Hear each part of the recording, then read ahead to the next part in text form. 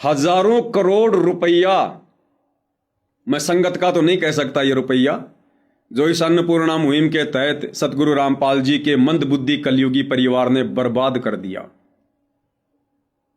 हजारों करोड़ रुपया अन्नपूर्णा मुहिम के तहत बर्बाद करके हरियाणा के एक भी पंच को या एक भी सरपंच को ये लोग भगत नहीं बना पाए, ये लोग नाम दीक्षा नहीं दिलवा पाए। हजारों करोड़ रुपया व्यर्थ में पानी की तरह बर्बाद करके भी। अब मैं ये बात क्यों कह रहा हूं भाई और बहनों कि ये पैसा संगत का नहीं था। संगत का तो हमें अच्छे से पता है संगत कितना क्या दान दे सकती है। सतगुरु रामपाल जी अनेकों बार अपने प्रवचनों में जिक्र करते आए हैं कि बच्चों, हमें पता है कि ये संगत कितना क्या दान कर सकती है। बेचारे किराया बड़ी मुश्किल से अपने घर से लेके आते हैं। इस संगत के पैसों के बलबूतों पर नहीं हुआ जो भी कुछ है ये, और ना ही सतगुरु रामपाल जी ने ऊपर से कोई माया बरसाई है। ये सारा का सारा जो खेल है भाई और बहनों, ये राजनीति का है, राजनीति का। क्योंकि सतगुरु रामपाल जी का परिवार, उनके नालायक बेटे भक्ति और भगवान से कोसों दूर हैं। उनकी बुद्धि में मस्ती छाई है, काल बैठा हुआ है, रिमोट काल के हाथ में है। आपने सुना होगा थोड़े दिन पहले हरियाणा के हिसार के गांव धीरणवास से एक भगत भी है, रामउतार राणा। उसने कहा था कि मेरी लड़की एक बहुत बड़ी कंपनी में काम करती है, गूगल कंपनी है, लाखों का उसका पैकेज है, और मेरी लड़की जिस कंपनी में काम करती है उस कंपनी के मालिक ने कहा कि हम संत रामपाल जी को इस मिशन में 1 करोड़ रुपया दान करना चाहते हैं। जब उस लड़की ने धनाना आश्रम में आकर ये बात बताई, सतगुरु रामपाल जी से कहते हैं वीडियो कॉल पर बात हुई। जब उसने ये बात रखी तो सतगुरु रामपाल जी ने कहा कि बेटी, हम दुनिया के भिखारी नहीं हैं, हम दुनिया के भिखारी नहीं हैं, हम जगत सेठ कबीर सेठ के बच्चे हैं।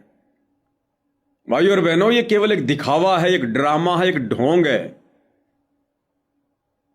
परमात्मा ने संकेत किया, परमात्मा ने तो ये बात कहकर संकेत कर दिया, वो संकेत भी आपको बताएंगे। दरअसल क्या होता है भाई और बहनों, ये जो ट्रस्ट इन्होंने बनाया हुआ है ना, मुनिंदर धर्मार्थ ट्रस्ट, ये जो भी कार्य करते हैं, इन्होंने गांव गांव में जो है मोटर वगैरह बांटी, पाइप बांटे। तो एक बैनर आपने देखा होगा, मुनिंदर धर्मार्थ ट्रस्ट। जहां जहां इन्होंने मकान बनाए, पहले बड़ा सा एक पोस्टर लगा देते हैं, मुनिंदर धर्मार्थ ट्रस्ट। ये जो राशन वासन बांटते फिरते हैं, एक बड़ा सा पोस्टर लगा देते हैं, मुनिंदर धर्मार्थ ट्रस्ट। होता क्या है भाई और बहनों, ये जितनी भी बड़ी बड़ी जो फैक्ट्रियां हैं, कंपनियां हैं, इंडस्ट्रीज हैं, इनको जो भी मुनाफा होता है साल भर में, इनको जो भी मुनाफा होता है, उस मुनाफे का 2% सरकार के नियम के अनुसार इन कंपनियों ने जो है वो ट्रस्ट में दान करना होता है। ये नियम है। मान लो किसी कंपनी को 100 करोड़ रुपए का मुनाफा हुआ, और ये तो नॉर्मल सी बात है भाई और बहनों, हरियाणा में, गुड़गांव में, मानेसर में, अंबाला में बहुत बड़ी बड़ी कंपनियां हैं, एमएनसी कंपनियां हैं।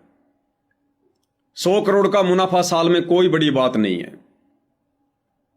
तो उन कंपनियों को सरकार की तरफ से निर्देश होता है, कंपलसरी होता है कि जो उन्हें शुद्ध मुनाफा होता है उसका 2% उन्होंने वो पैसा वो ट्रस्ट में दान करना पड़ता है। मान लीजिए कंपनी को 100 करोड़ का फायदा हो गया, अब 100 करोड़ का 2% हो गया 2 करोड़ रुपया, तो 2 करोड़ रुपया किसी न किसी ट्रस्ट में उन्होंने दान करना ही पड़ेगा। अब वो कंपनी वाले क्या करते हैं, अब वो भी नहीं चाहते कि यार हमारा 2 करोड़ रुपया सीधा सीधा किसी ट्रस्ट में चला जाए, तो वो क्या करते हैं, वो ट्रस्ट वालों से साठ गांठ करते हैं कि भैया हमें 100 करोड़ का फायदा हुआ है, क्योंकि फायदा वो छुपा नहीं सकते, सारा सब कुछ सरकार की जो है वो नज़र में होता है। किसी को 200 करोड़ का फायदा होता है, किसी को 500 करोड़ का फायदा होता है। तो वो कंपनी वाले क्या करते हैं, वो ट्रस्ट वालों से साठ गांठ कर लेते हैं कि भैया मुझे 100 करोड़ रुपए का फायदा हुआ है, 2 करोड़ रुपया मुझे ट्रस्ट में दान करना पड़ेगा। मैं आपको 1 करोड़ रुपया दूंगा, 1 करोड़ रुपया मैं अपने पास में रखूंगा और आपने 2 करोड़ रुपया शो करना पड़ेगा, दिखाना पड़ेगा। तो इस प्रकार से भाइयों और बहनों ये ट्रस्टों के साथ में साठ गांठ होती है। तो ये जो इसको बोलते हैं CSR का पैसा, CSR बोलते हैं इसको। तो ये जो मुनिंदर धर्मार जो ये ट्रस्ट चल रहा है ना, ये इन कंपनियों के भरोसे चल रहा है, इन फैक्ट्रियों के भरोसे चल रहा है। ये बहुत बड़ी राजनीति है, ये दुनिया का पैसा है। ऊपर से ये लोग मकान बना रहे हैं, उसमें भी ये लोग पैसे कमा रहे हैं। इन्होंने मकान बना दिया। अब ये जो लोग मकान बना रहे हैं अन्नपूर्णा मुहिम के तहत, इस मुनिंदर धर्मार्थ ट्रस्ट के तहत, तो भाइयों और बहनों बड़ी मुश्किल से मैं पवन दास समझता हूं 5 लाख रुपए की लागत भी सतलोक आश्रम वालों को नहीं आती है एक मकान बनाने में, क्योंकि सबसे ज्यादा पैसा लगता है लेबर का। अब लेबर तो भाई और बहनों संगत बनी हुई है। आप देखते हो सैकड़ों की संख्या में भगत भाई बहन सेवा के नाम पर पहुंच जाते हैं मकान बनवाने। कोई मसाला तैयार कर रहा है, कोई ईंटें ढो रहा है, कोई नींव खोद रहा है, कोई क्या कर रहा है। तो लेबर तो बेचारी संगत बनी हुई है, जमीन अगले की खुद की होती है। इन्होंने तो खाली बस स्ट्रक्चर खड़ा करना होता है। मुश्किल से 5 लाख रुपए की लागत भी एक मकान पर सतलोक आश्रम वालों को नहीं आती है। और ये लोग उस ट्रस्ट में दिखा देते हैं सरकार को कि हमें लागत आई है 15 लाख की, 20 लाख रुपए की। बाकी पैसा इनको सरकार की तरफ से और मिलता है। ये लोग जितने मकान बना रहे हैं ना, उसमें भी ये लोग लाखों रुपया सरकार से कमा रहे हैं। भाई और बहनों, आप संत रामपाल जी को परमात्मा मानते होंगे, आप उन्हें भगवान मानते होंगे, इसलिए आप लोगों को इस प्रकार की बातें थोड़ी सी समाती नहीं है कि ऐसा भी हो सकता है क्या। लेकिन जो लोग उनको मानुष मानते हैं, जो लोग केवल उनको अपना गुरु मानते हैं, कोई अपना बाप मानता है, कोई अपना पति मानता है, कोई अपना ताऊ मानता है, कोई अपने रिश्तेदार मानता है, उनको कोई फर्क नहीं पड़ता है। ये लोग केवल माया के पुजारी हैं। ये लोग माया के लिए ही सतगुरु से जुड़े थे और माया प्राप्ति ही इन लोगों का मकसद था, आज भी है और आगे भी रहेगा। इसलिए मैं पवन दास कह रहा हूं कि यह पैसा संगत का नहीं है। संगत के पैसे से तो ढंग से लड्डू जलेबी बर्फी बनाकर भी संगत को नहीं खिलाई जा सकती। अब सतगुरु रामपाल जी ने क्यों कहा उस वीडियो कॉल में कि हम कबीर भगवान के भिखारी हैं, हमें नहीं चाहिए किसी कंपनी का पैसा। क्यों? क्योंकि सतगुरु रामपाल जी का परिवार इस प्रकार का पैसा अपने ट्रस्ट में ले रहा है। अब डायरेक्ट यदि परमात्मा इस परिवार को मना कर दे, धमका दे, तो ये काम बिगाड़ दे सारा का सारा। इसलिए परमात्मा ने सर्व संगत के सामने वीडियो कॉल में उस बहन को कहा था कि हमें नहीं चाहिए किसी कंपनी का पैसा, लेने वाले लेते रहेंगे, अपने कर्म फोड़ते रहेंगे, हम तो जगत सेठ कबीर सेठ के भिखारी है। ये परमात्मा ने संकेत किया था अपने परिवार को कि नालायकों, क्यों दुनिया की कोड खा रहे हो, क्यों दुनिया की बेगार खा रहे हो। तुम भक्ति करने के लिए जुड़े हो, भक्ति करो, बकवाद क्यों कर रहे हो। तुम्हें क्या आवश्यकता है फालतू की समाज सेवा करने की। तुमने तो गिन गिन के टाइम पास करना चाहिए इस काल के लोक में।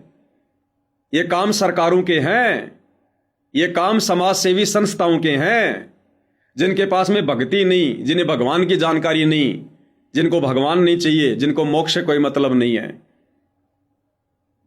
अरे देश में मकान बन तो रहे भाई, मुख्यमंत्री आवास योजना कोई लाखों में मकान बनते हैं, प्रधानमंत्री आवास योजना करोड़ों में मकान बनते हैं, करोड़ों में मकान। भैया सरकार अपने तरीके से काम करती है, सोच समझ के। सरकार ऐसे ही धूल में लठ नहीं मारती है। लेकिन अब सतलोक आश्रम वालों की मजबूरी है भाई और बहनों, क्योंकि जो जो कंपनियां इन लोगों को करोड़ों में दान दे रही है, उन कंपनी वालों को यह भी तो आगे दिखाना पड़ेगा सरकार को कि हमने किस ट्रस्ट को दान किया, उस ट्रस्ट ने वो पैसा कहाँ लगाया, क्या क्या बनवाया। तो फिर वो मकान की फोटो खींच के ले जाएंगे, मोटर पाइप की फोटो खींच खींच के उनको दी जाएगी, ये जो राशन वासन बांटा जा रहा है इसकी दी जाएगी, ये जो ब्लड डोनेशन किया जा रहा है, देह दान जो किया जा रहा है, ज़्यादा से ज़्यादा भक्तों का खून निकलवाया जा रहा है, उनकी फोटो वाटो खींच के फिर ऊपर फाइल में लगाई जाएगी। तो भाइयों बहनों, इस प्रकार से इन सतलोक आश्रम वालों के पास में ये पैसा आ रहा है। ये कोई संगत के दान का पैसा नहीं है। आप देखते नहीं इन आश्रमों में संगत को, बेचारे ऐसे ऐसे भोले भोले भगत आते हैं जिनको नहाए हुए 10-10 दिन हो जाते हैं, उनके कपड़े फटे हुए होते हैं, कपड़े फटे हुए, आने जाने का किराया बड़ी मुश्किल से लेके आते हैं। वो कहां से बेचारे इतना दान कर देंगे। तो भाइयों और बहनों, टोटल जो काम हो रहे हैं नरक में जाने वाले काम हो रहे हैं, नरक में जाने वाले। इसलिए दास कहता है कि ये पैसा संगत का नहीं है। और इसीलिए जो जो भाई बहन इन सतलोक आश्रमों में जा रहे हैं, भंडारा ले रहे हैं, इसीलिए तो सारे के सारे दुर्बुद्धि के शिकार हैं, क्योंकि वो हराम का पैसा है, वो हराम का पैसा है, वो संगत के दान का पैसा नहीं है। तो बताओ, उस अन्न को खाकर कुबुद्धि आएगी या सद्बुद्धि आएगी। तो आप और हमें गुरुदेव भगवान ने बचा लिया।